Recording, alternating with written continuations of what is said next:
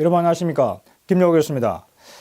여러분, 제가 저번에 라트비아에서 지금 과거 1991년 소련이 붕괴하고 소련이 철수하면서 남겨둔 그 KGB 문서가 있다고 했습니다. 그래서 그 당시 KGB가 라트비아에 두고 간 그 문서가 가방이 2개고 또 포대가 2개 있다고 합니다. 근데 거기를 열어보니까 이 라트비아 국민 중에서 소련 KGB의 첩자로 활동했던 사람들 명단이 2만 4천여 명이 거기에 인덱스 카드에 정리가 되어 있다고 합니다. 첩자 코드 이름하고 그러한 어떤 내용들이 이 러시아 말로 적혀 있다고 합니다. 그래서 그 중에서 작년 2018년 12월 20일 4,300명의 일단 명단을 라트비아가 공개했다 하는 이야기를 여러분들께 말씀을 드렸습니다.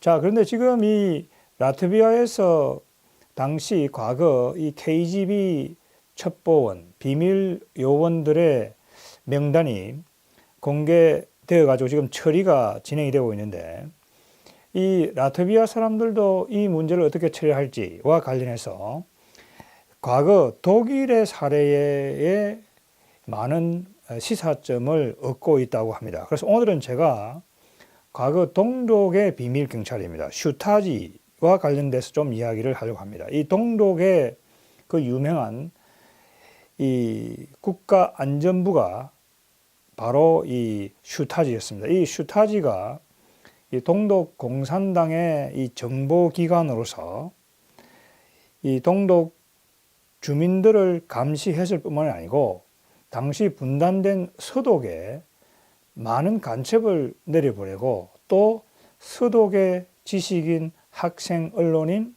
심지어는 국회의원들까지 여러분 포섭을 해가지고 이러한 어떤 이 공작 활동을 했다고 하는 것이 이 라트비아처럼 동독이 붕괴되고 나서 그 슈타지, 또 베를린에 있던 그 슈타지 건물이 접수가 됐습니다. 그래서 시위대가 가서 접수를 해보니까 거기에 과거 이 동독의 국가안전부가 서독 사람들을 첩자로 어떻게 활용을 했고 그 첩자들의 명단이 거기에 여러분 밝혀지게 된 겁니다. 그래서 오늘은 이 슈타지와 관련된 이야기를 좀 해보려고 합니다. 자, 여러분, 그 1990년이 1989년 베를린 장벽이 여러분 붕괴되고 1990년에 동독에서 대규모 이 자유화 시위가 일어나기 시작했습니다. 그랬더니 그 동독의 주민들이 그 악명 높았던 슈타지 건물 앞으로 모여들기 시작했습니다. 그 건물 앞으로 모여들어 가지고 이 데모를 하면서 이 슈타지 거기에 대한 어떤 철폐 이런 걸 이제 주장을 하기 시작을 했죠. 그랬더니 그 슈타지 베를린에 있는 건물 밖에 모인 시위대 사람들이 이렇게 보니까 안에서 말이죠, 이게 지금 연기가 나기 시작하고 그 내부에서 이 슈타지가 보관하고 있던 여러분 문서들을 파기하고 있다는 것을 알아차린 겁니다. 그러니까 그 문서를 지금 나중에 들어가 보니까 손으로 찢기도 하고 일부는 불에 태우기도 하고 여러분 파쇄기에 넣어가지고 이 파쇄를 하고 이렇게 했다고 합니다. 그래서 결국은 그 경찰이 그 앞을 지키고 있었는데 그 시위대가 그 사실을 파악하고 그 경찰을 밀고 그냥 들어갔다고 합니다.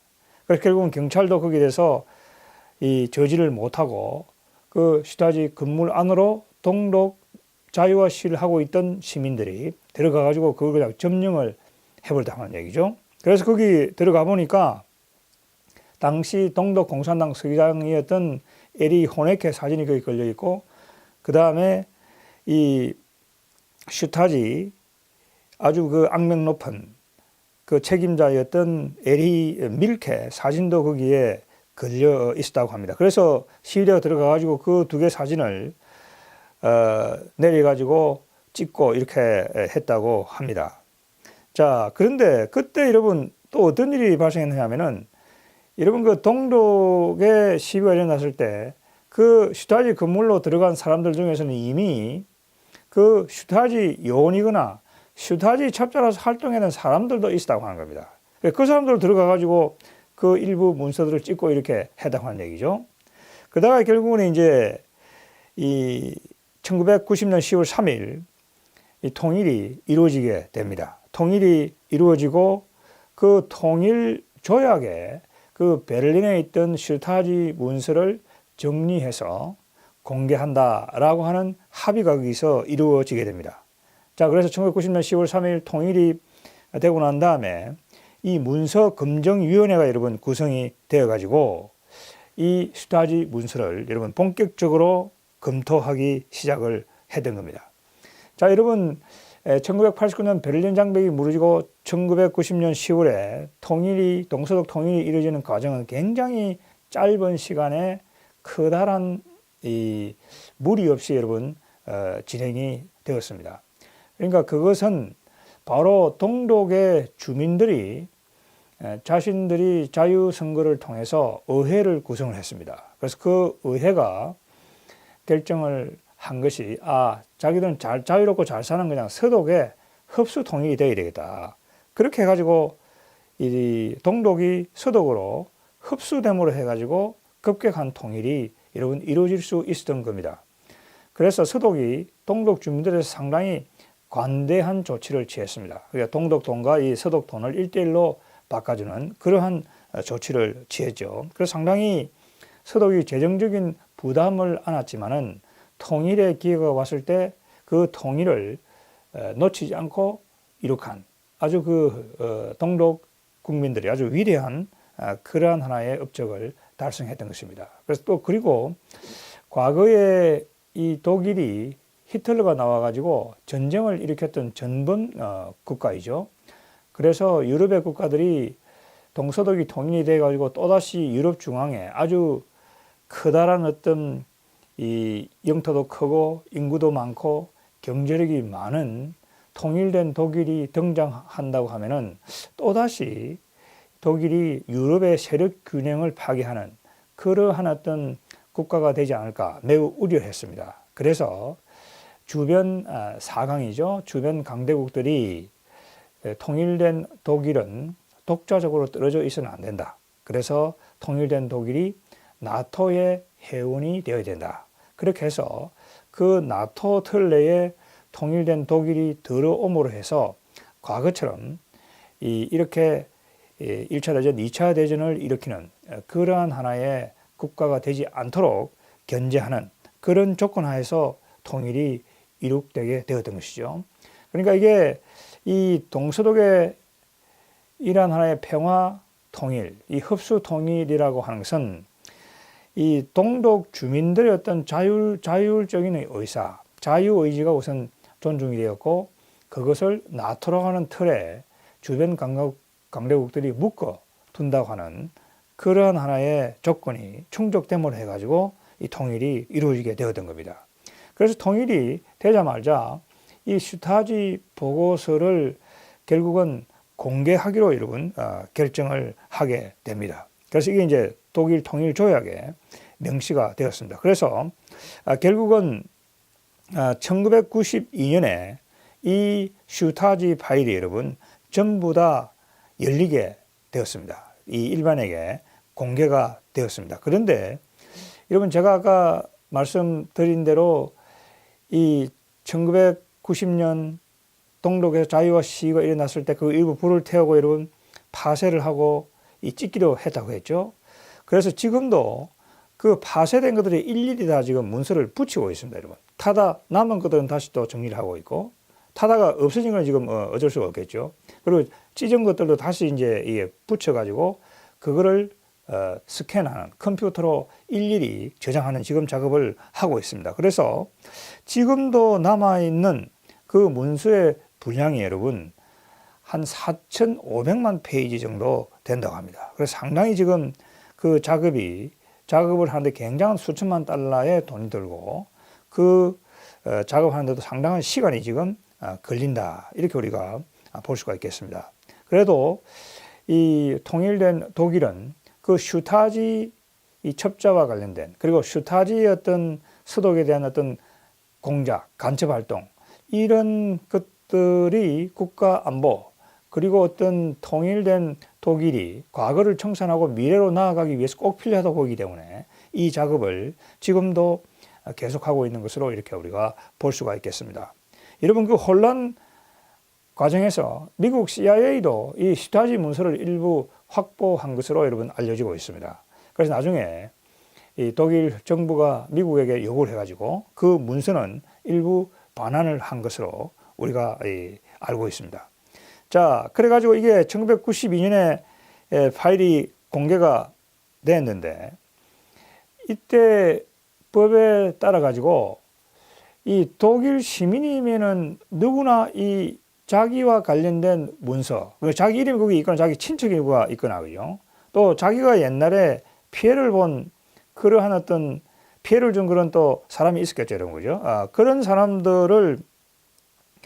사람들이 이 문제에 대해서 파일에 대해서 관심을 가지고 있었기 때문에 이 문서를 독일 국민 누구나 볼 수 있도록 하기 위해 가지고 그 신청을 다 받았습니다. 그래서 1991년부터 2011년 사이 약 한 20년간 그 신청을 받았는데, 독일 국민들 중에서 그 문서를 보고 싶다라고 신청한 사람이 275만 명이라고 합니다.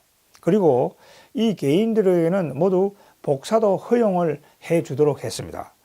그리고 언론도 여기에 접근을 해서 그 사생활이, 개인의 신분이 드러나지 않고 하는 그 범위 내에서 그걸 취재를 하고 그 문서에 접근하는 것도 여러분 허용이 되었습니다. 그런데 이 문서가 여러분 이 공개되고 또 개인들이 또 그걸 열람하는 그러한 작업도 진행이 되었지만은, 이미 여러분 이 동독이 무너지고 또 통일이 되고 난 다음에 당시 여러분 이 슈타지로부터 피해를 본 사람들이 있겠죠. 특히 서독인들이 이 슈타지 첩자들을 개별적으로 추적하고 체포하는 그러한 어떤 작업을, 노력을, 시도를 했다고 합니다. 그러니까 상당히 지금 이 통일 이후에 생겨난 이 동서독의 문제가 매우 복잡했다 하는 것을 우리가 알 수가 있습니다. 자, 제가 나중에도 말씀드리겠지만 이런 것들을 여러분 본다고 한다면은, 남북한이 결국은 나중에 통일이 된다고 하면은 북한이 여러분 이 한국에 대해서 여러 가지 공작을 했겠죠. 여기도 여러 가지 간첩을 보낸 경우도 있을 것이고, 또 여기에 자생적인 또 첩자들도 있고 그렇게 하겠죠, 그죠? 그래서 제가 이 문제를 말씀드리는 이유는, 이 라트비아라든지 이 동록의 슈타지라고 하는 이 사례가 단순히 라트비아나 독일의 문제로 끝나지 않고 향후 통일이 되었을 때, 한국 주도의 통일이 되었을 때 우리 대한민국이 이 문제와 관련해서 어떻게 처리해 나가야 될지, 그런 하나의 교훈, 정책적인 방안을 모색하는데 도움이 될 것이라고 보기 때문에 제가 이 문제를 여러분들께 말씀을 드리고 있습니다. 자, 그래서 이 독일은 아주 여기에 대해서 분명한 입장을 정부가 정했다고 합니다. 그래서 하여튼 비록 이 슈타지 보고서, 슈타지 문건에 이름이 나온다고 하더라도 그 사람들의 어떤 불법 행위, 범법 행위가 분명하게 인정이 되었을 때 이 사람들에게 처벌할 수 있다. 이 사람들을 처벌할 수 있다. 이렇게 이 정부가 입장을 정했다고 합니다. 그래서 단순히 슈타지 첩자로 이름이 올라와 있다고 해서 그 문제가 법원에 갔을 경우에 독일의 법원이 그 사람들을 유죄로 인정한 경우는 그렇게 여러분 많지 않다고 합니다. 자, 예를 들면은 통일 후에 이 간첩 혐의를 잡고 이 지금 슈타지 보고서를 여러분 조사를 해가지고 3,000건을 이 독일 정부가 재판에 회부를 했습니다. 그 중에서 유죄를 받은 사람은 253명으로 지금 알려지고 있고, 그 대부분도 모두 집행유예로 끝났다. 이렇게 지금 결과가 알려지고 있습니다. 자, 근데 특히 여러분 이 이 동독의 지도자들 중에서 범법 행위를 했던 사람으로 지목된 사람들 중에서 이 재판에 회부된 경우가 여러분 잘 아시는 아까 말씀드린 동독 공산당 서기장 에리 호네커.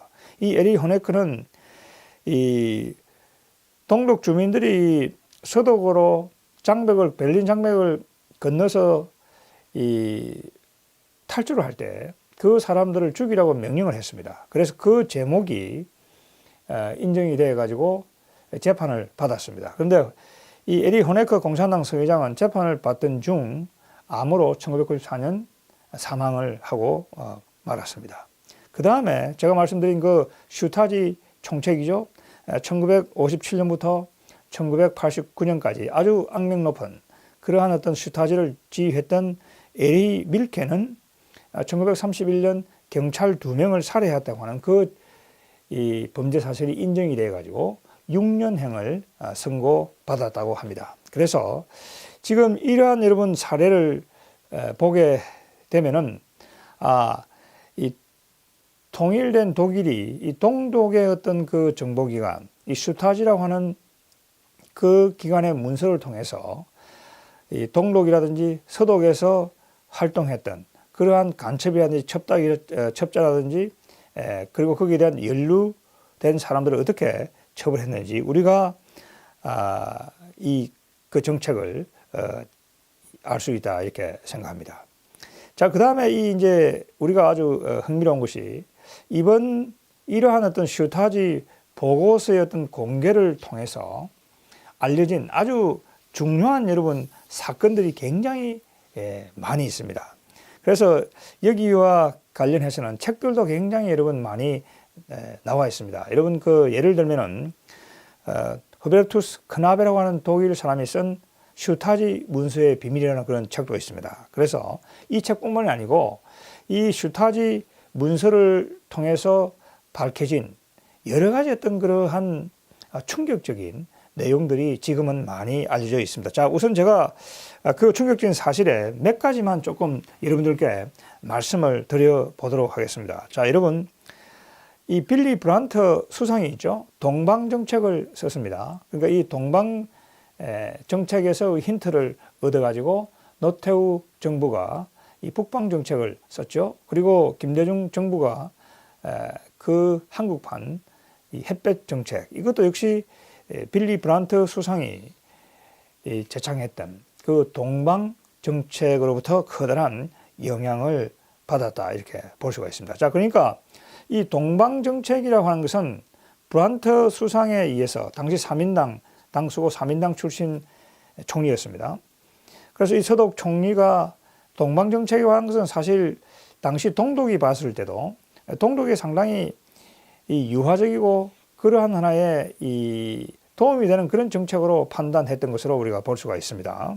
그런데 1972년에 서독의회에서 이 빌리 브란트 수상에 대한 불신임안이 제출이 되었습니다. 그런데 그때 당시 여당, 그러니까 여당과 야당의 의석 분포를 보게 되면은 의석이 여러분 4석밖에 차이가 없었다고 합니다.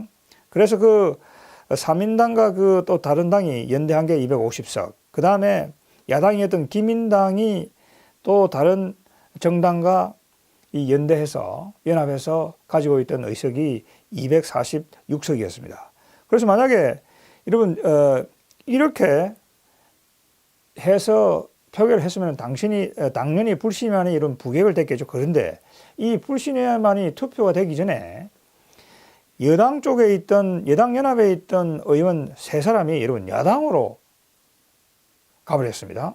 그러면은 이게 야당이 하루아침에 그냥 이게 야당 숫자가 더 많아진 거죠. 그래서 이게 투표를 했다고 하면은 당연히 모든 사람들이 빌리 브란트 수상이 불신임을 당할 것으로 이렇게 예상을 했습니다. 그런데 아주 충격적이게도 이 슈타지 보고서에 따르게 되면은 이 동독 정보기관이 당시 서독 국회의원 두 사람에게 수만 달러를 줘가지고 그 사람들을 여러분 포섭을 했다고 하는 겁니다.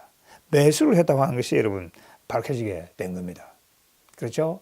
그러니까 그 사람들에게 이 슈타지라는 동독 정보기관이 돈을 줘가지고 그 사람들을 매수를 해가지고 결국은 그 동독의 우호적이었던 빌리 브란트 수상의 불신임만이 부결되는 그 결과를 여러분 가져왔다고 하는 것입니다. 대단히 여러분 충격적인 내용이죠. 그러니까 이 동독 정보기관이 서독에 있는 국회의원들에게 돈을 줘가지고 매수를 해가지고 심지어 투표에 이렇게 이 동독이 의도하는 방향으로 투표를 하도록 했다 하는 이야기인 것이죠. 그리고 또 이런 이 다른 자료를 통해서 밝혀진 걸 보게 되면은 이런 서독의 국회의원들 여러분 돈으로 매수를 해가지고 어떻게 하냐면은 동독이 서독의회 동독이 필요한 이런 정책이 있겠죠.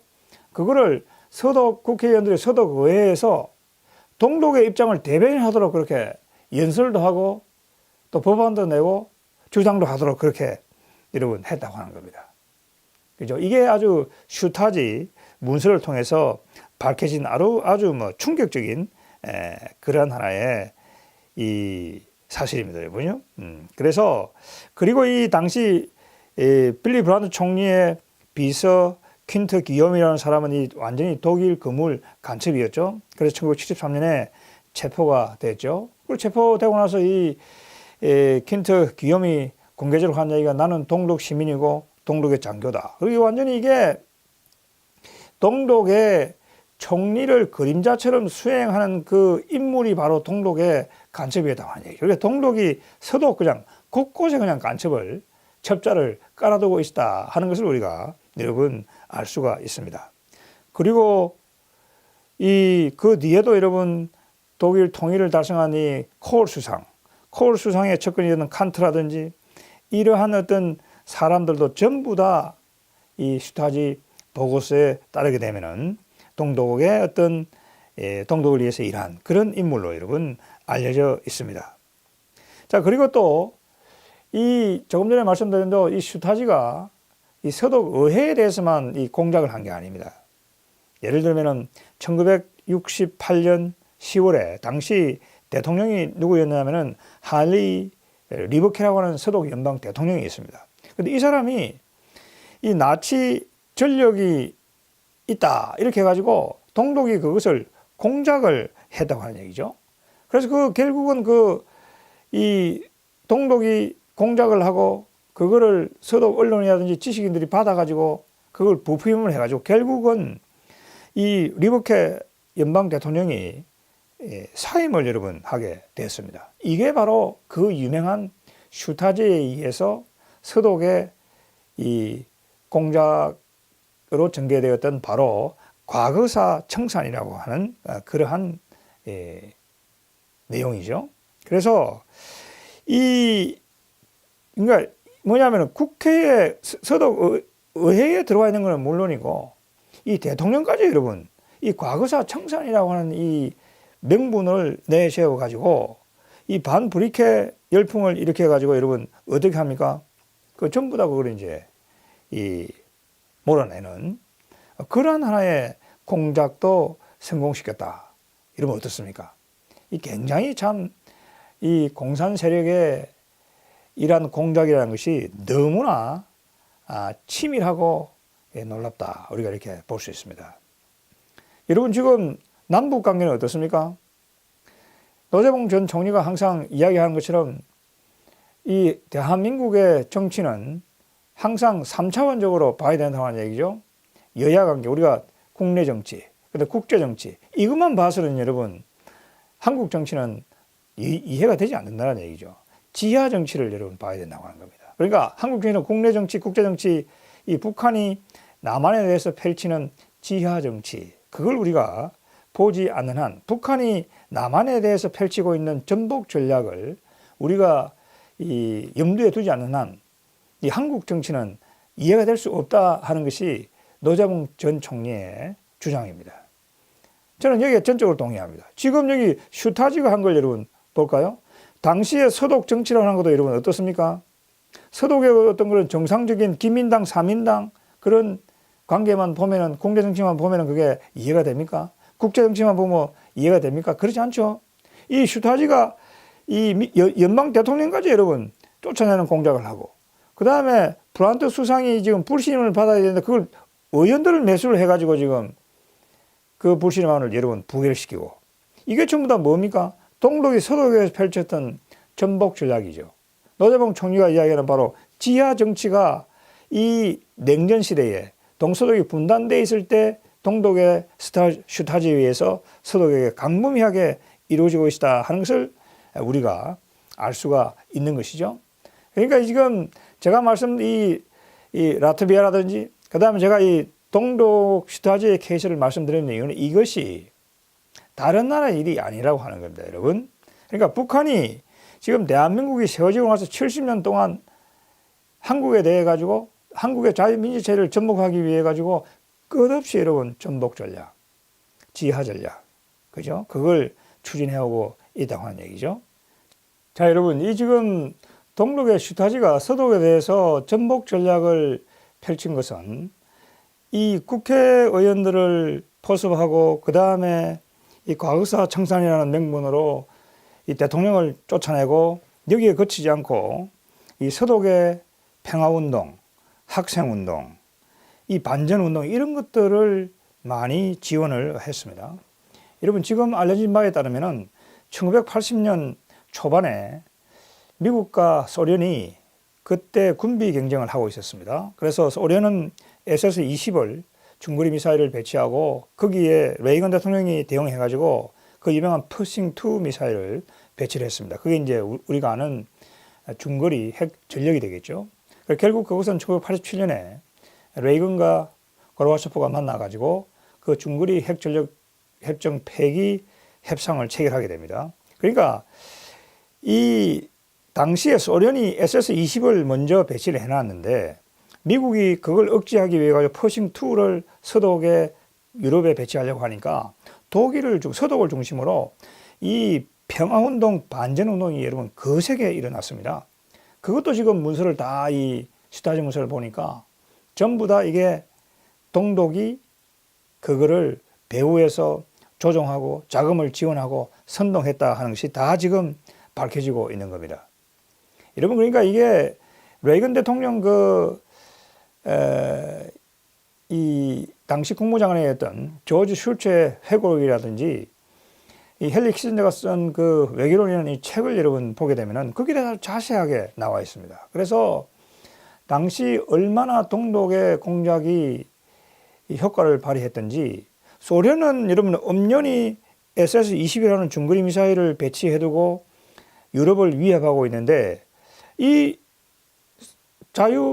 서부 유럽에는 그게 배치해서는 안 된다. 완전히 이거는 평화 지상주의적인 잘못된 그런 하나의 생각인 것이죠. 그래서 레이건 대통령이 그 평화 반전 운동이 있었지만은 그 반대를 무릅쓰고 전격적으로 그거를 배치를 했습니다, 여러분.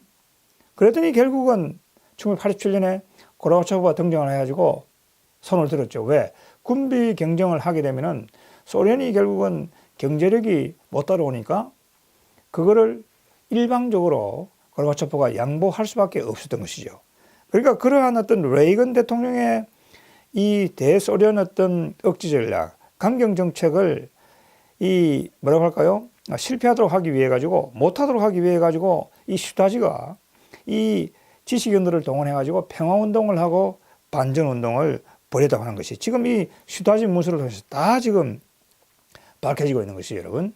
그러니까 평화라고 하는 것이 여러분 말로만 찾아오는 겁니까? 그렇지 않죠.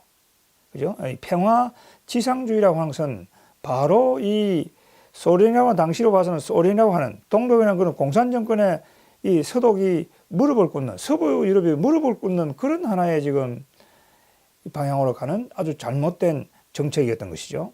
그래 결국은 레이건 대통령이 그러한 어떤 공작에 의한 평화운동, 반전운동에 굴복하지 않고 이 퍼싱2 미사일을 갖다 놓고 억지력을 거기다 갖추니까 결국은 어떻게 됐습니까? 그 SS-2까지 다 없애는 그런 결과를 가져오게 되었던 것이, 그게 이루어 뭡니까? 진정한 의미의 평화다 하는 것을 우리가 알 수가 있는 것이죠. 그러니까 이 서독에서 그리고 서부 유럽에서 생겼던 이 반전운동, 평화 지상주의입니다. 이거는 아주 이 완전히 그냥 군사적인 대비 태세 없이 맹목적으로 어떤 평화를 추구해야 된다고 아주 낭만적인 감상적인 평화 지상주의자들 이것도 전부 다 지금 슈타지가 거기에 대해서 지원을 했다 하는 것을 알 수가 있습니다. 그리고 지금 여기 보게 되면 서독의 지식인들도 이러한 하나의 동독 슈타지의 지원을 많이 받은 것으로 볼 수 있습니다.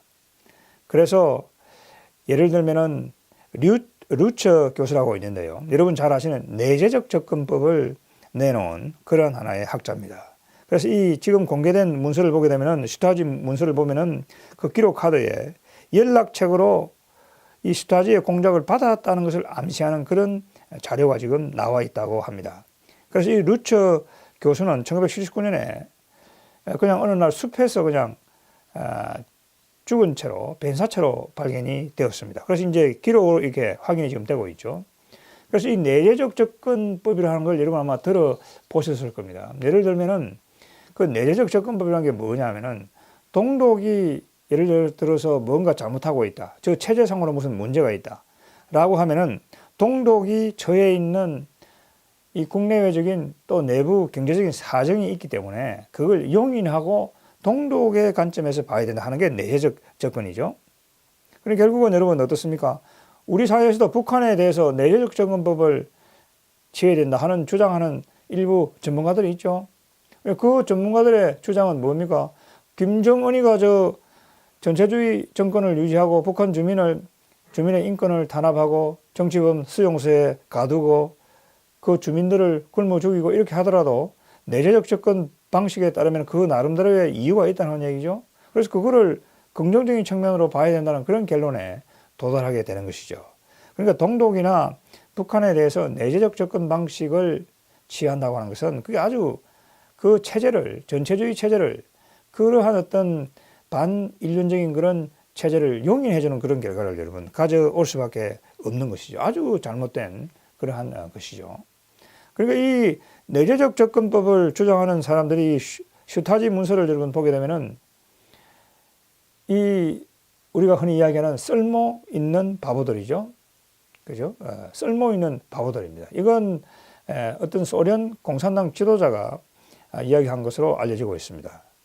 그러니까 쓸모 있는 바보들이라고 하는 것은 이 예를 들면 동독, 이 서독에 있는 지식인, 서부 자유국가에 있는 지식인들이 이 동독이라든지 소련이라는 전체주의 국가를 여러분 내재적 접근법의 방법에 따라가지고 용인하고 찬양하고 지지를 보내는 것이죠. 그렇지만은 만약에 여러분 어떻게 된다는 거죠? 동독이 그러면 서독을 이렇게 이 전복 전략을 통해 가지고 공산을 했다. 그러면은 그 동독을 지지하고 찬양했던 또 동독을 위해서 평화운동을 했던 그 지식인들을 동독 전체주의 정권이 살려둔다는 겁니까? 살려두지 않는 것이죠. 그 사람들이 숙청 대상 1호가 되는 것이죠. 그렇기 때문에 그 사람들이 바보다 하는 얘기죠. 그렇죠? 그렇지만은 이 소련이나 동독 그 공산 정권의 입장에서 볼 경우에는 어떻습니까? 선전용으로 쓸모는 있다고 하는 얘기죠. 그래서 그걸 이제 이 쓸모 있는 바보들이다 이렇게 부르는 겁니다. 그죠? 그걸 영어로 이제 useful idiot이라고 부르는데요. 그러니까 이 지금 슈타지 문서를 보게 되면은 이 서독의 이 지식인들, 평화운동을 했던 지식인들, 반전운동을 했던 지식인들, 그 다음에 이 동독을 옹호하기 위해 가지고 내재적인 접근법을 내세워 가지고 그러한 어떤 앞뒤가 안 맞는 주장을 전개했던 그 모든 지식인들이 뭡니까? 쓸모 있는 바보들이죠. 우리 사회는 어떻습니까, 여러분? 우리 사회도 쓸모 있는 바보들이 굉장히 많습니다. 그렇죠?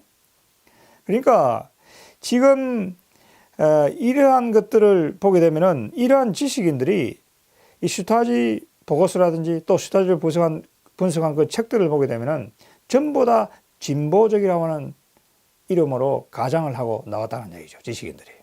그렇죠? 그리고 평화운동을 해야 무슨 여러분 진보적이라 하는 소리를 들었다는 얘기죠. 그러니까 진보적이라고 하는 그런 하나의 이 레벨을 붙여가지고 실질적으로는 이 서독에 반대하고 서독의 자유민주주의 체제에 반대하고 동독 전체주의 공산 정권을 옹호하는 그러한 하나의 활동을 했던 그런 지식인들을 그 당시로서는 진보적이다 이렇게 불렀다는 얘기죠. 근데 사실은 어떻습니까? 그게 진보가 아니죠, 여러분. 그게 바로 뭡니까? 반동이죠. 수구죠. 그죠? 아주 태행적인 그러한 것이죠. 그러니까 우리 사회에서도 보게 되면은 이 북한의 어떤 그러한 정책을 지지하거나 북한의 인권에 눈을 감는 그런 사람들을 우리 사회에서 우리 언론들이 진보다, 진보 인사다 이렇게 부르죠. 그거는 여러분 용어가 잘못된 거죠. 이 제가 지금 슈타지 보고서를 통해서 말씀드린 것처럼 그 사람들은 뭡니까? 그게 진보입니까?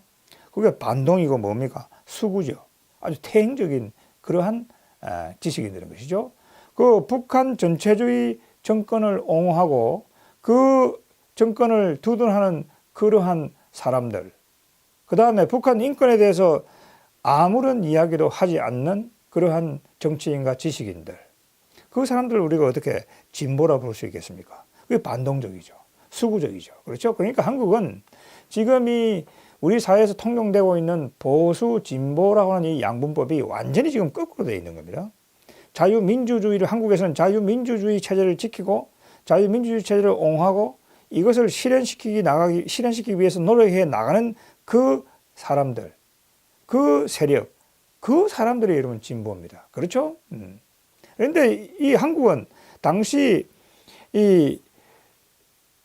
지금은 슈타지 문서를 통해서 밝혀지고 있지만은 당시 전부 다 이런 지금 동독을 옹호하는 공산정권을 옹호하는 그 세력들을 진보라고 하는 여러분 레터를 붙여가지고 그걸 포장을 했던 것이죠. 그것이 전부 다 지금 이제 이 슈타지 문서가 공개되면서 이런 것들이 여러분 밝혀지고 있는 겁니다. 그래서 이 여러분 슈타지 문서를 보게 되면은 이 전체주의 정권의 우리가 실상을 그대로 알 수 있는 겁니다. 그 슈타지 정권이 동독 주민에 대해서 아주 철저하게 감시를 했던 겁니다. 누가 누구인지 그리고 그들이 뭘 생각하는지 그걸 철저하게 감시를 했던 것이죠. 그건 라트비아에서 발견된 KGB 문서도 마찬가지입니다. 그리고 서독에도 이러한 이 공작을 해가지고 그 사람들의 지식인들의 생각도 전부 다 파악을 하고 공작을 하고 그렇죠. 그래서 결국은 이 동독의 전체주의 정권이 이 슈타지가 동독 주민들에 대해서 했던 것은 완전히 그냥 이 철저한 어떤 감시 체제를 구축하는 것이죠. 그리고 그렇게 해가지고 그런 체제를 바탕으로 서독에 대해 가지고 전복 전략을 펼치는 그렇죠. 그러한 하나의 작업을 이 무너질 때까지 해왔다고 하는 것을 이 슈타지 보고서가 아주 잘 보여주고 있습니다. 근데 제가 여러분 얼마 전에 여러분들께 미국 랜더 연구소 보고서를 말씀드린 적이 있습니다.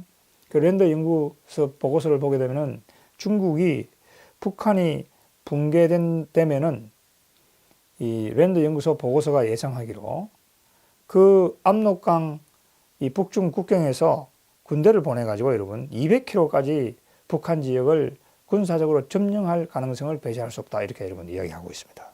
충격적이죠. 자, 압록강에서 여러분 북한 안으로 200km라고 한다면은 그 선이 어디냐면은 원산에 잘록하게 들어간 지역이 있죠. 그 원산 위에서 평양 위를 잇는 그 선입니다, 여러분. 그 평양 원산을 포함하는 그 조금 더 내려오는 선이 250km가 되는 선입니다. 그리고 200km면은 북한 지역 거의 전체를 다 중국이 들어와서 장악하게 된다고 하는 이야기죠. 그러면은 만약에 그런 일이 발생하면 중국이 어떻게 됩니까? 핵무기도 다 자기들 손아귀에 넣을 수 있을 것이고 제가 지금 말씀드린 이런 지금 북한판 슈타지 보고서도 중국이 다 문서를 가지고 갈 가능성이 높죠. 그래서 제가 말씀드리는 것은 이 북한이 붕괴되었을 때 핵무기도 중요하지만은 그 북한에 있는 이 북한 정보기관들, 그 기관들의 문서를 확보하는 것도 우리 대한민국의 국가정책의 중요한 하나의 이 준비, 그러한 작업으로 마련이 되어야 된다 하는 걸 제가 말씀을 드리는 겁니다. 그래서 이 여러분 슈타지 보고서를 보게 되면은 이 동독 공산정권이 멸망할 때까지 동독 내부는 물론이고 이 서독에 대해서도 서독 정권을 무너뜨리기 위해 가지고 끝없이 전복 전략을 펼쳐왔다 하는 것을 보여주고 있습니다. 대한민국도 여러분 마찬가지입니다. 동서독처럼 지금 분단된 상태에서 북한이 해방된 우리 대한민국 건국된 이후부터 70년 넘게 지금까지도 대한민국에 대해서 전복 전략을 여러분 펼쳐오고 있습니다. 그래서 우리가 이 슈타지 문서, 그 다음에 이 라트비아에서 발견된 KGB 문서, 이런 것들을 보면서 북한이 대한민국의 자유민주주의 체제를 전복시키기 위해서 펼치고 있는 이러한 하나의 전복 활동, 전복 전략, 이런 것에 대해서 우리가 경각심을 가져야 되겠다. 이런 말씀을 드리면서 오늘 이야기는 여기서 마무리하도록 하겠습니다. 감사합니다.